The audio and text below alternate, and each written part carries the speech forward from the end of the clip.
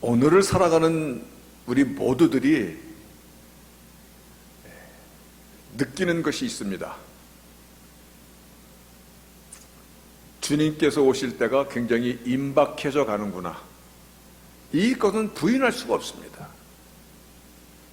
믿지 않는 사람들도 그와 같은 말을 이제는 거의 이구동성으로 하는 때가 되었습니다. 그것이 오늘날 현실입니다. 누구 말대로 한 번도 경험하지 못했던 그러한 시대, 역사의 때를 지금 우리가 지나가고 있는 것입니다. 예수님께서 처음 이 땅에 오셨을 때 천지 만물을 지으신 여호와 하나님 그 본체께서 이 땅에 처음으로 초림으로 오셨을 때는 어린 양으로서 처음부터 십자가에서 죽으시고자 그 목적을 갖고 이 땅에 우리의 죄값을 대신하여 죽으시고자 그 목적으로 이 땅에 오셨습니다. 그리고 그 일을 다 이루시고 십자가 위에서 다 이루었다 선포하시고, 그리고 결국은 하나님의 영원전부터 계셨던 우편 보좌 위로 올라가셨습니다. 그리고 이렇게 올라간 것처럼 다시 오리라, 재림의 약속을 주시고 가시고 재림의 심텀들에 대해서, 재림의 증상들에 대해서 많은 말씀으로 설명을 해 주셨던 그 일들이 오늘 이 시대는 그냥 무르익어 갖고 있는 재림의 때를 지금 우리가 가장 가까이 맞이하고 있는 것입니다. 근데 다시 오실 주님의 그 재림의 때는 무서운 심판이 경고되어 있습니다.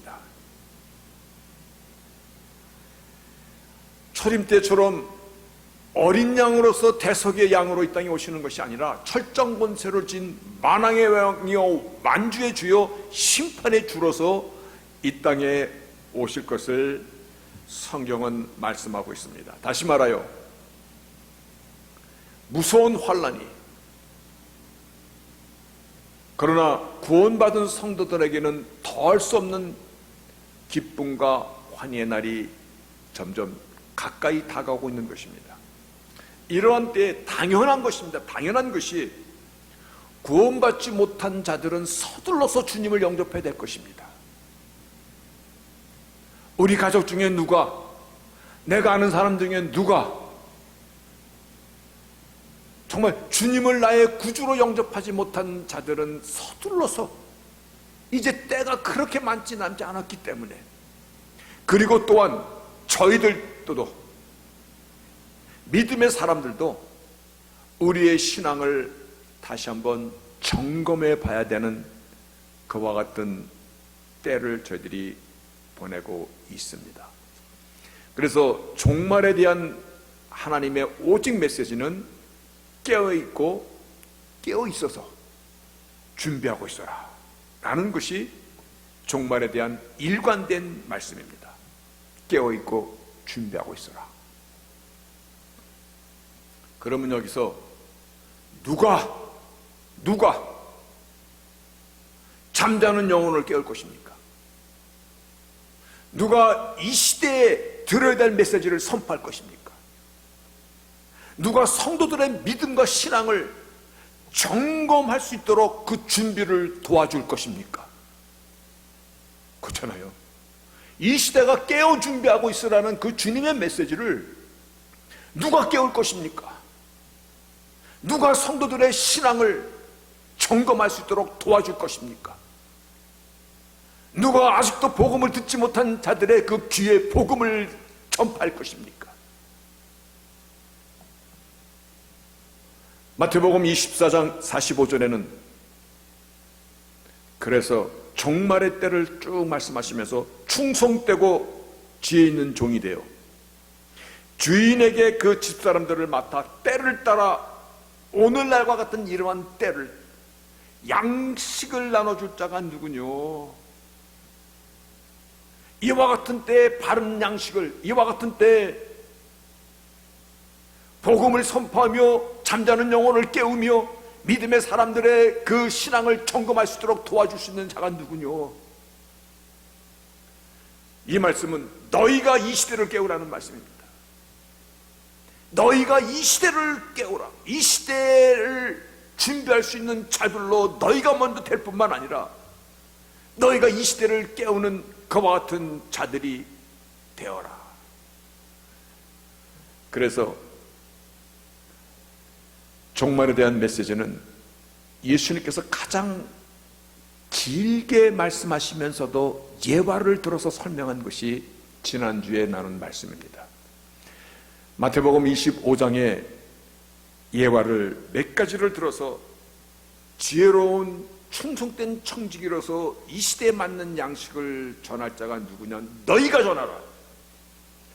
그 예화를 들어서 설명한 것이 열처녀의 비유와 달란트의 비유와 양과 염소를 구분하는 이 비유 세 가지를 들어서 이 시대에 깨워 준비하는 자의 스탠다드를 말씀해 주고 있습니다.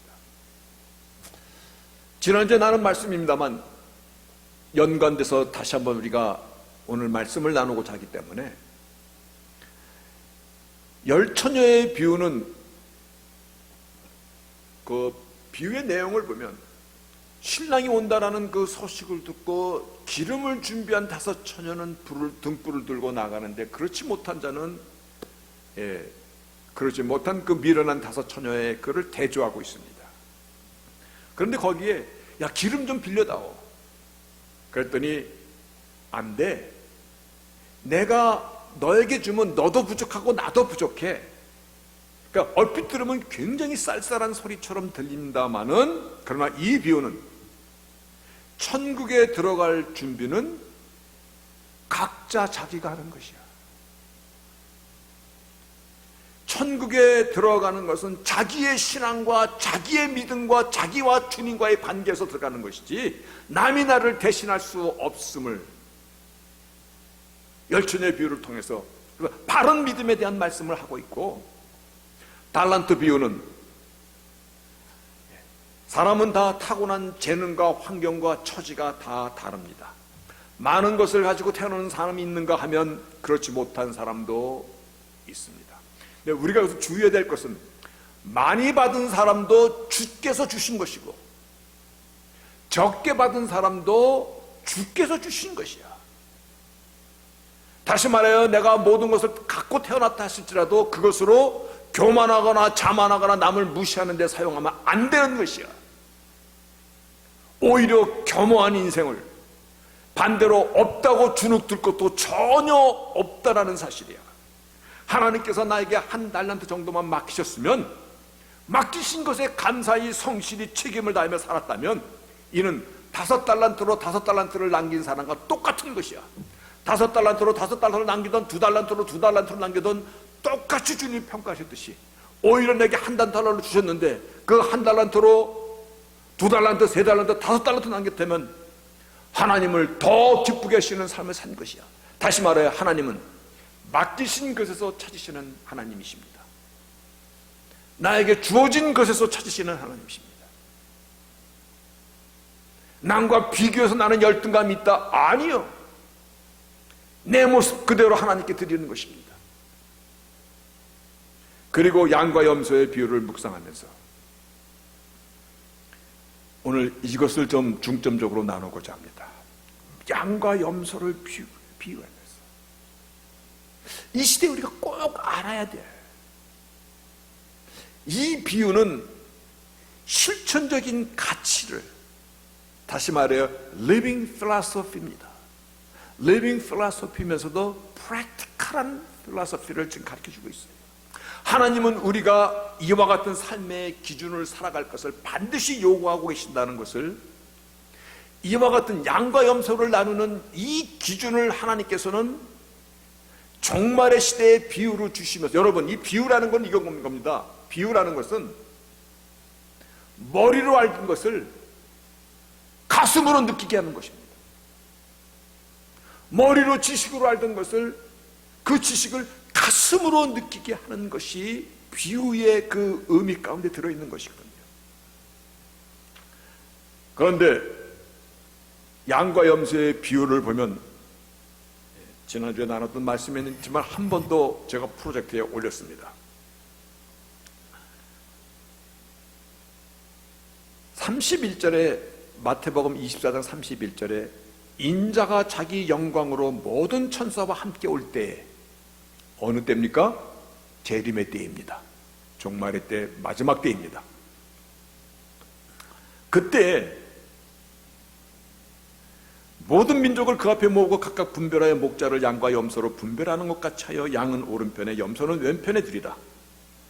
그때에, 종말의 때에 임금이 그 오른편에 있는 자들에게 이르시되 내 아버지께 복받을 자들이요 나와서 창세로부터 너희를 위하여 예비된 나라를 상속하라. 즉 천국에서 나와 영생의 삶을 살자 라고 얘기하시는 겁니다.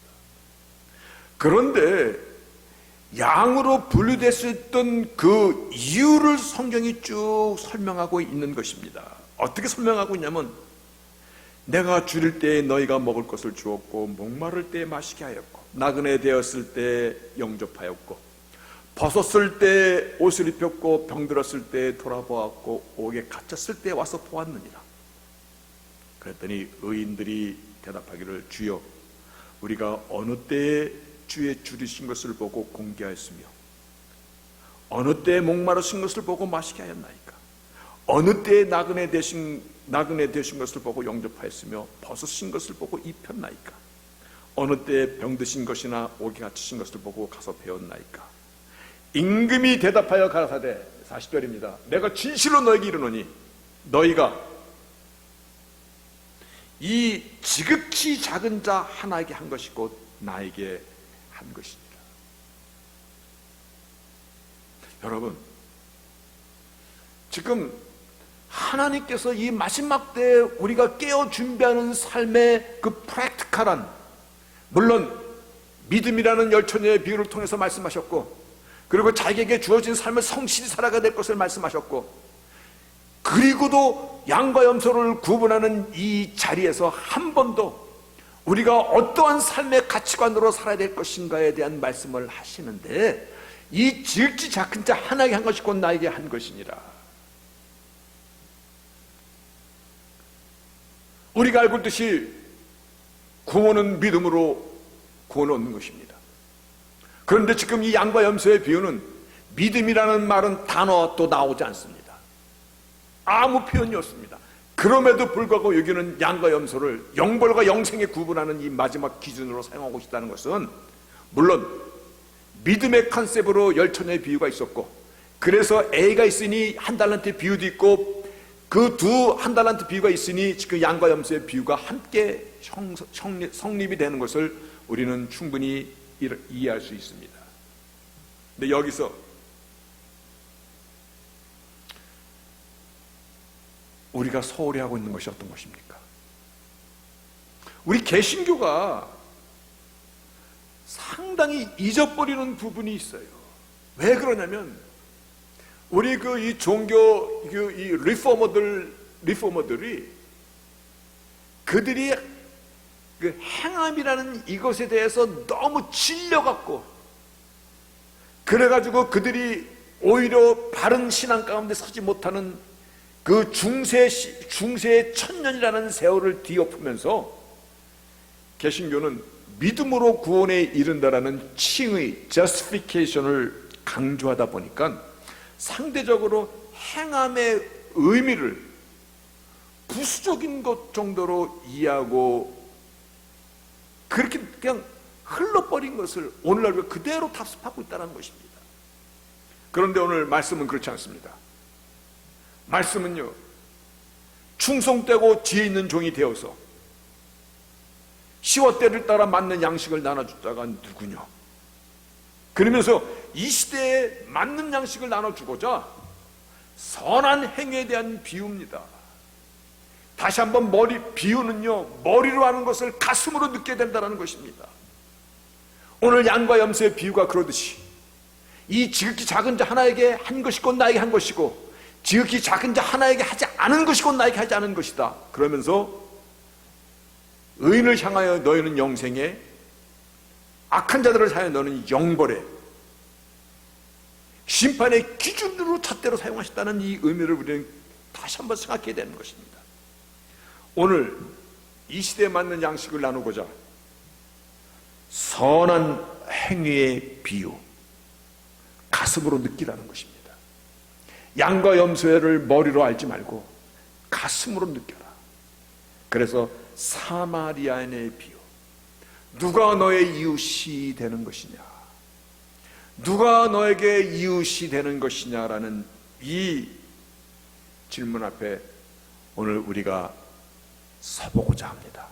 그래서 12월달 기쁨을 나누면 기쁨이 2배, Seasons Greeting, 기쁨을 충만케 하는 뿐만 아니라 이 시대를 준비하는, 우리의 잠자는 영혼을 깨우는, 우리의 신앙을 다시 한번 점검해보는 오늘 말씀으로 붙잡고자, 말씀의 제목이 Go, 가서 do the same. 이 말이 엄청 수렁한 말씀입니다. 너희는 가서 모든 족속으로 제자를 삼아 아버지와 아들과 성령의 이름으로 세례를 주고 내가 너에게 지켜 가르친 모든 것을, 내가 분부한 모든 걸 지켜 가르치게 하라. 그때도 go therefore입니다. 그거를 우리는 The Great Commission, 대명령이라고 그 타이틀을 붙였듯이 여기서 go, 가서 do the same, 같이 이와 같이 하라라는 이 말씀을 우리는 이 시대에 우리를 깨우는 말씀으로 오늘 다시 한번 점검하면서 이 12월 달의 절기가 참된 기쁨이고, 그리고 주님을 기다리는 참된 신앙 가운데 우리의 영혼을 깨우고 우리의 신앙을 점검하는 그와 같은 은혜가 우리 모두 은혜 충만할 수 있기를 주의 이름 먼저 축복합니다. 오늘 본문이 이렇게 시작하는 것입니다. 어떤 율법사가 있는데 그 율법사가 예수님을 한번 시험해 보고자, 프로젝트가 있을 텐데, 예수를 시험하여 보고자 내가 무엇을 하여 영생을 얻으리까? 예수께서 율법에 뭐라고 기록되어 있든 하고 물어보니까 그 율법사는 말 그대로 성경을 전문적으로 연구하는 학자입니다. 근데 그 사람이 예수님을 시험하여 보고자 내가 어떻게 영생을 얻으리까? 라고 질문을 던졌을 때 예수님께서 성경에 뭐라고 기록되어 있지? 라고 물어보니까 그자가 뭐라고 대답하냐면, 내 마음과 내 마음을 다하며 목숨을 다하며 힘을 다하며 뜻을 다하여 주 너의 하나님을 사랑하고 또한 내 이웃을 내 몸처럼 사랑하라 하였나이다. 그랬더니 예수님께서 맞도다, 너가 이것을 행하면 살리라, 옳도다. 오늘 양과 염소의 비유 같은 말씀을 지금 주님께서 또 반복해 주고 있는 것입니다. 이 말씀은 신명기에 나오는 말씀입니다. 이스라엘아 들으라, 우리 하나님 여호와는 오직 하나님 여호와시니 너는 마음을 다하고 성품을 다하고 힘을 다하고 내 하나님 여호와를 사랑하라. 이 신명기 6장 쉐마 교역에서 나오는 말씀입니다. 그리고 내 이웃을 내 몸처럼 사랑하라는 이 말씀을 레위기 19장에 나오는 말씀입니다. Love your neighbor as yourself. I am the Lord. 나는 여호와니 내 이웃을 내 몸처럼 사랑하라라고 레위기 19장 18절에 하신 말씀을, 성경은 오늘 하나님 예수님께서 말씀하시듯이 하나님을 사랑하고 이웃을 사랑하는 것이 성경의 전체 강론입니다. 그래서 하나님을 사랑하는 것에 대해서 율법의 가장 기초 파운데이션인 10계명에서도 1계명부터 4계명은 하나님을 사랑하라는 말씀이고 5계명부터 10계명은 사람을 사랑하라는 것입니다. 요한 1서에서 이렇게 우리에게 되물어보고 있습니다. 누구든지 하나님을 사랑하노라 하고 그 형제를 미워하면 이는 거짓말하는 자니 보는 바 그 형제를 사랑치 아니하는 자가 보지 못하는 바 하나님을 사랑할 수 없느니라. 그렇죠. 눈에 보이지 않는 하나님을 사랑한다 하면서 눈에 보이는 형제를 사랑하지 아니하는 것은 그건 무슨 사랑이냐? 오늘 우리가 이 계명을 주께 받았나니 하나님을 사랑하는 자가 또한 그 형제를 사랑할지니라. 오늘 성경을 통해서 하나님께서 말씀하시는 것은요, 너희가 나를 잘 믿어야 되느니라. 그 말씀을 다른 말로 표현하고 있기를, 하나님을 사랑하고 내 이웃을 내 몸처럼 사랑하는 것이야. 예수님 자신께서 옳도다. 그렇게 하면 네가 살리라. 그랬더니, 그러면 내 이웃이 누구입니까? 내가 누구를 사랑해야 되는 것입니까? 자기 자신을 좀 드러내 보이려고 그렇게 물어봤는데, 주께서는 이 질문을 통하여 우리에게 가슴으로 깨달으라는 것입니다. 그 사마리아인을 비유를 내는데, 어떤 사람이 예루살렘에서 여리고로 내려가는데, 여기서 예루살렘에서 여리고로 내려가다가, 근데 어떤 사람이라는 이 사람을 많은 신학자들은, 이 사람은 아마 유대인이었을 것이다, 그렇게 보는 것입니다. 예루살렘에서 절기를 지키고 그리고 자기 고향으로 가는, 아마 그러한 여정이었을 것이다. 그런데 사마리아 사람 입장에서 보면 유대인은 어떤 사람입니까? 유대인들은 사마리아 사람을 개보다 못한 사람으로 여기는, 그들과 상종도 하지 않는 자들이에요. 그런데 사마리아 사람이 유대인을 볼 때도 원수보다도 더 멀리하고 싶은 사람일 것입니다. 그런데 강도 맞은 그 사람을 보고 사마리아 사람이 개의치 않았다라는 것을 먼저 우리는 붙잡을 수 있어야 됩니다. 형제를 사랑한다는 것은, 이웃을 사랑한다는 것은, 내 몸처럼 사랑한다는 것은, 하나님께서 말씀하시는 그 기준은 우리의 모든 장벽이 되어서는 안 된다는 얘기입니다. 어떠한 전통이, 어떤 민족이, 어떠한 사람의 어떤 형태가 만약 전통과 역사와 역사적인 어떤 그 이 원한 관계와 이런 장벽을 넘지 못하면, 그러면 그 사랑은 너희들끼리 리그야, 너희들끼리 지지고 볶는 것밖에는 되지 않는다는, 하나님께서 요구하시는 내 몸처럼 사랑한다는 것은요, 사마리아인이 유대인을, 유대인이 사마리아 사람을, 졸다가 떨어뜨리니까는 화닥 놀라갖고 괜찮아요. 일단은 장벽을 뛰어넘는 것이어야 된다는 말씀입니다. 우리 한국 사람들 굉장히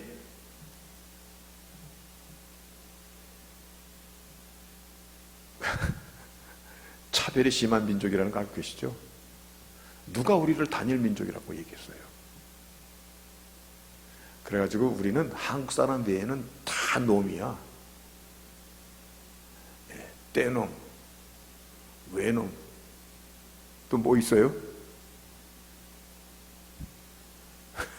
다 놈이야.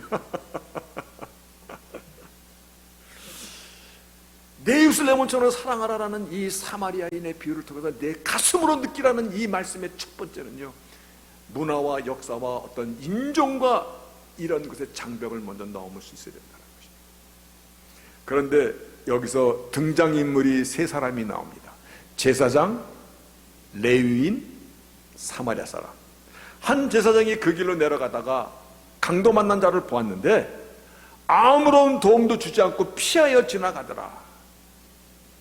어쩌면 이 제사장은 제사 드리기 전에 시체를 만지지 말라라는 민수기 말씀을 떠올리고 그랬을지도 모르는데, 좋게 해석할 때. 그런데 이 의미는 이런 겁니다. 그럴지라도, 지금 제사장으로서 직분을 행하러 가는 그 자리일지라도 남이 당한 일을 내가 돕지 않는 행위를 성경은 이와 같이 얘기하고 있는 것입니다. 내가 제사장이면 뭐하냐? 여러분, 내가 목사면 뭐하냐? 내가 창놈은 뭐하냐? 지금 이 여운을 던지고 있는 것입니다. 하나님께서 원하시는 것은요, 종교적인 제사보다 더 귀히 여기시는 것은 사람의 존귀함이에요. 사람의 그 가치예요.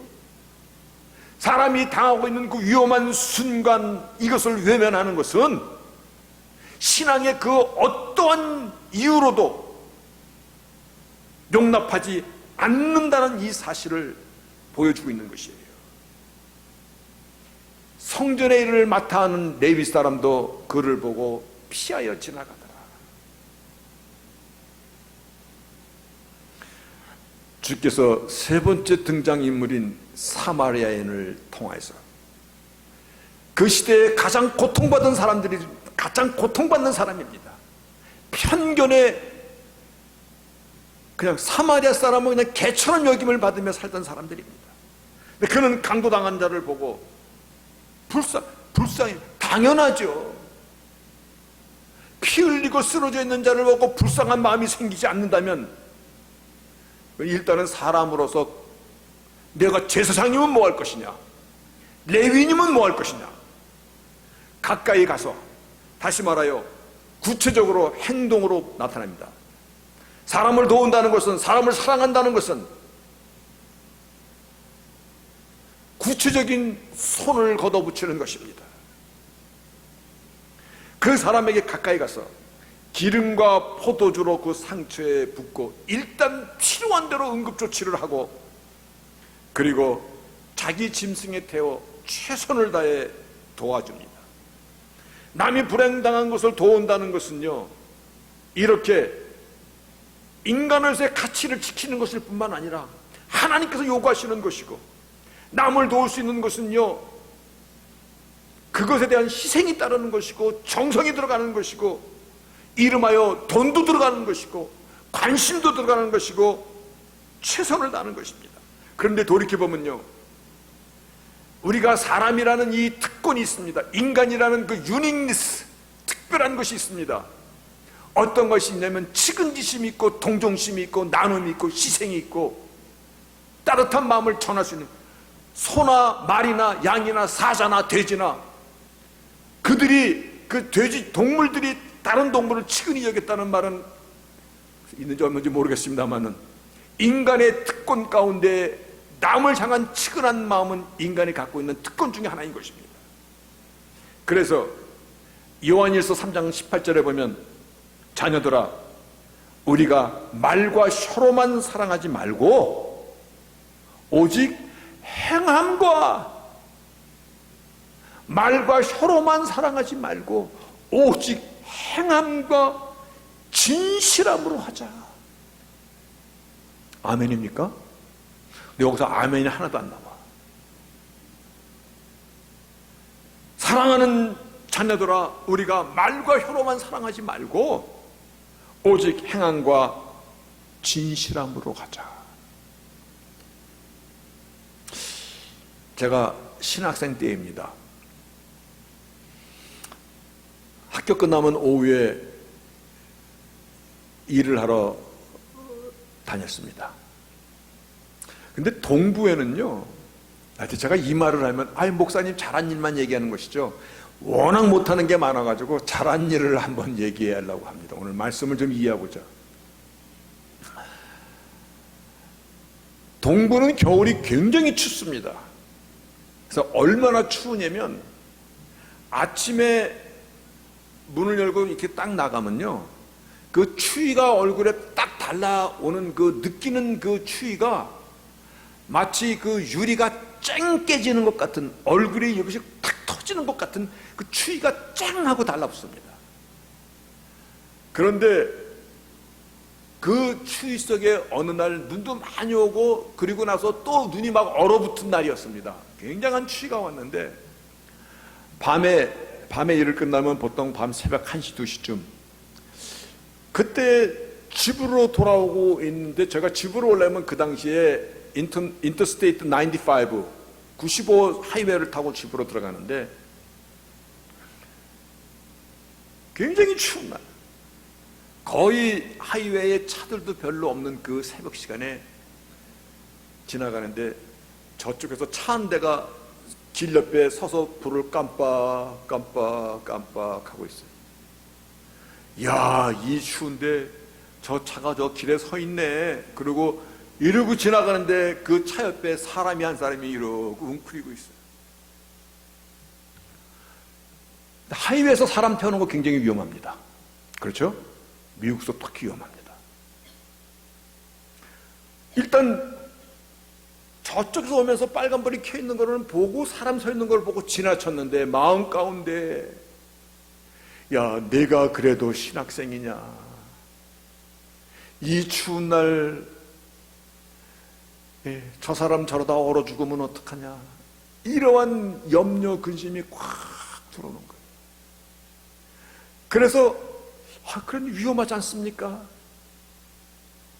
이런 나름대로 인간적인 변명이 들었는데 그래도 마음이 편치가 않아. 그래서 다음 익스스에 빠져가지고 돌아가지고 다시금 그 길로 가면서 속으로 뭐라고 생각하냐면, 에이, 그 사람이 없거나 다른 사람이 싣고 갔으면 너무 고맙지. 그리고 다시 그 길로 돌아가는데 그대로 서 있는 거예요.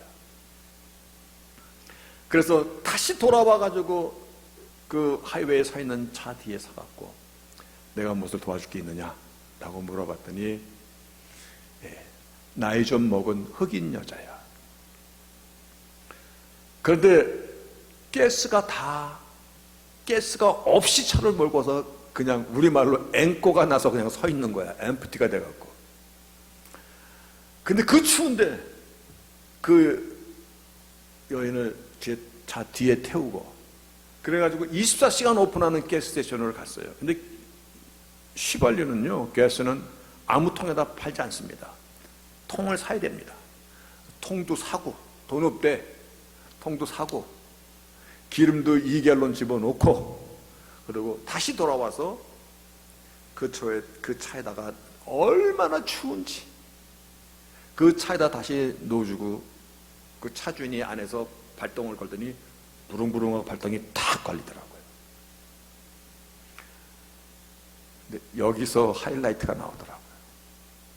그 사람이 그냥 쫙 참고 가더라고요. 그 사람도 무서웠던 거야, 사실은. 하이웨이에서 이 사람이 왜 나에게 호의를 베풀어? 그 사람도 나를 경계하는 거야. 그냥 가더라고요. 근데 그때 제 마음이 충분히 이해가 되는 거야. 충분히. 아마 그때 제가 성령의 감동이 있었나 봐. 그럴 수 있지. 그런데 두 번째 하이라이트. 그 여인이 어디서 파티를 아니 뭘 했는지 하여간 술을 넉넉히 먹었는데 추운 데서 얼마나 덜덜 떨었는지 제 차에다가 뒤에 의자 시트가 흥건히 젖을 정도로 오줌을 쌌더라고. 추운 데다가 갑자기 따뜻한 데 들어오고 술도 먹고 그랬겠다. 그러니까 그냥 앉아서 그냥 쉬를 몇 번을 했나 봐. 한 냄새가 펄펄 나는데 그걸 그 다음날 다 닦으면서, 사람을 도우는 것은 희생이 들어가고 관심이 들어가고 정성이 들어가고 어떤 대가를 바라지 않는 것이야. 그게 내 인생에서 참 잘한 것 중에 하나다. 그때 제가 만약에 그 일을 못했더라면 제가 늘 후회하는 인생을 살아가는데 제가 많이 후회했을 것이야. 오늘 이 메시지 앞에서 오늘 이와 같은 일이 있었음을 여러분에게 얘기 못했을 것이야. 그렇죠? 그러니까 사람을 도우는 건 이와 같은 것이야. 누가 내 이웃이냐? 사람의 장벽을 넘어가는 것이야. 그리고 대가를 바라지 않는 것이야. 누가 내 이웃이냐? 다시 말해 요한 1서에서 자녀들아 우리가 말과 혀로만 사랑하지 말고 행함과 진실함으로 하자. 오늘 예수님께서 똑같은 질문을 또 던지십니다. 내 의견에는 이 세 사람 중에 누가 강도 맞는 자의 이웃이 되겠느냐? 라고 물어봤을 때 그 율법사가 본문 37절에 가로되 자비를 베푼 자니이다.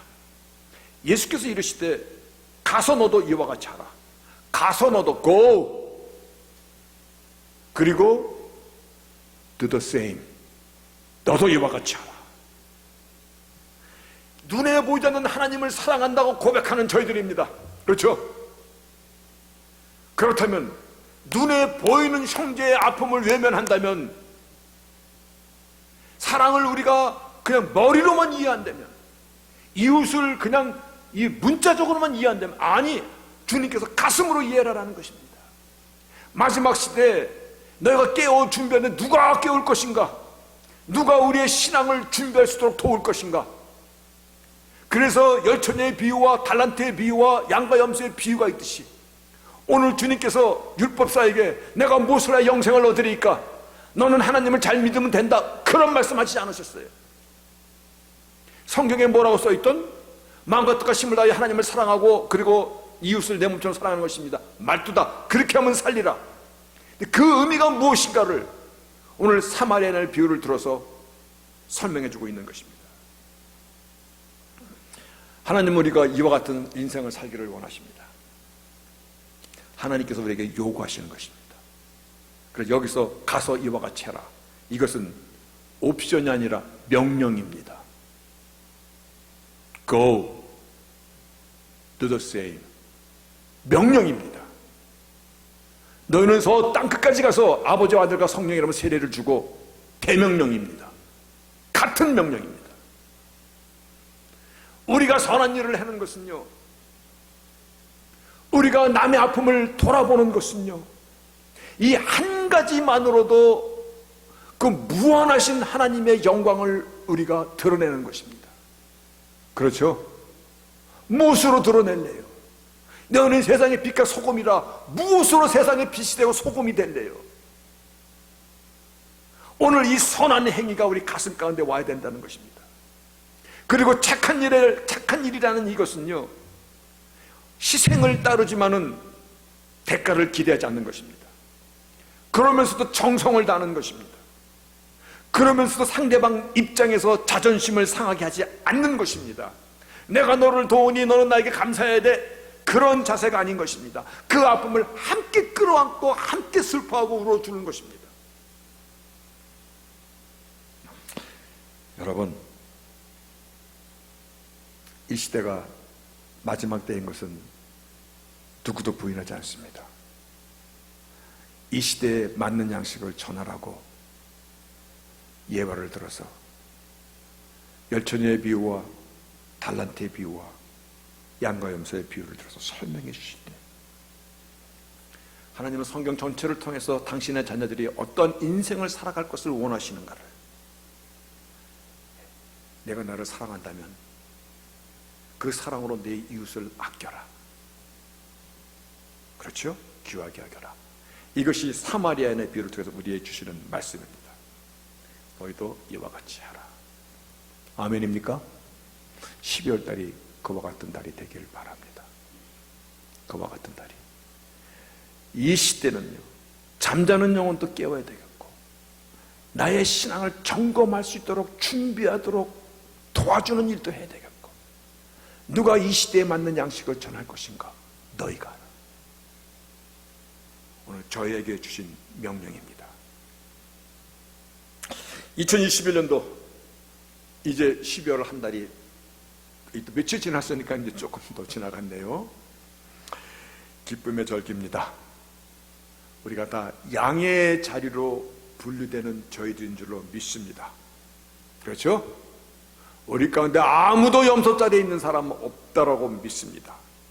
내 양의 자리의 그 기준은 선한 일, 착한 일, 우리의 믿음을 확인해 보시고 이 일을 통해서 하나님께서 영광을 받으신다라는 이 사실을 꼭 기억합시다. 여러분, 인생을 아름답게 하는 것은요, 내 거 갖고 내가 잘 먹는데 누가 뭐라 그래, 그거 갖고 하나님께서 내 인생을 아름답다라고 말씀하지 않습니다. 전도서 3장에는요, 우리 전도서 3장은 제가 조금 한번 읽어보겠네요. 전도서 3장에는요, 인생을 큰 그림으로 그려져서 설명해 주는 것이 전도서인데, 잠언은 같은 지혜서지만 일상의 세세한 것을 말씀하고 있다면, 전도서는 인생의 큰 그림을 들어서 우리에게 인생을 가르쳐 주는 것인데, 전도서 3장에 천하의 범사가 기한이 있고 모든 목적이 이룰 때가 있도다. 그 천하의 범사가 기한이 있음을 하나님께서 디자인해 놓으셨음을 설명해 주려고 날 때가 있고 죽을 때가 있고 심을 때가 있고 심은 것을 뽑을 때가 있고 죽일 때가 있고 치료시킬 때가 있고 헐 때가 있고 세울 때가 있고 울 때가 있고 웃을 때가 있고 슬퍼할 때가 있고 춤출 때가 이게 때가 있음을 쭉 설명해 나갑니다. 쭉 설명해 나가다가 12절 그러므로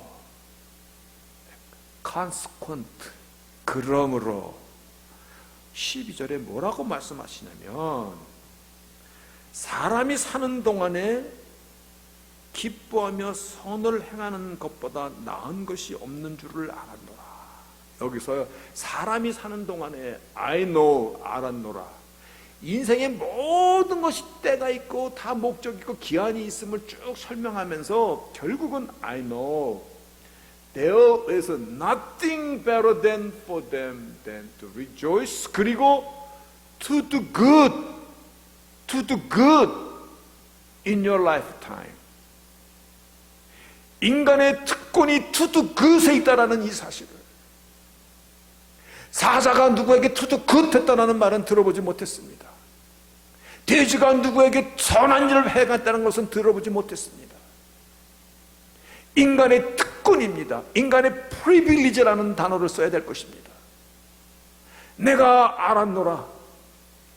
There is nothing better than that. 어떤 것? To do good in your lifetime. 너의 인생 동안에 선을 행하는 것보다 더 나은 것이 없는 줄을 I know 배웠노라. 여러분, 이 12월 달에 내가 누구에게 조금이라도 내가 누구에게도 이웃이 되겠습니다. 이웃이 됩시다. 이웃. 선한 이웃이 됩시다. 선한 사마리안도 한번 돼봅시다. 가슴으로다가 뜨거움을. 이렇게 남을 도우는 것은요, 결국은 나를 축복하는 것입니다. 남에게 도움을 주는 것은요, 하나님에게 비치게 만드는 것입니다.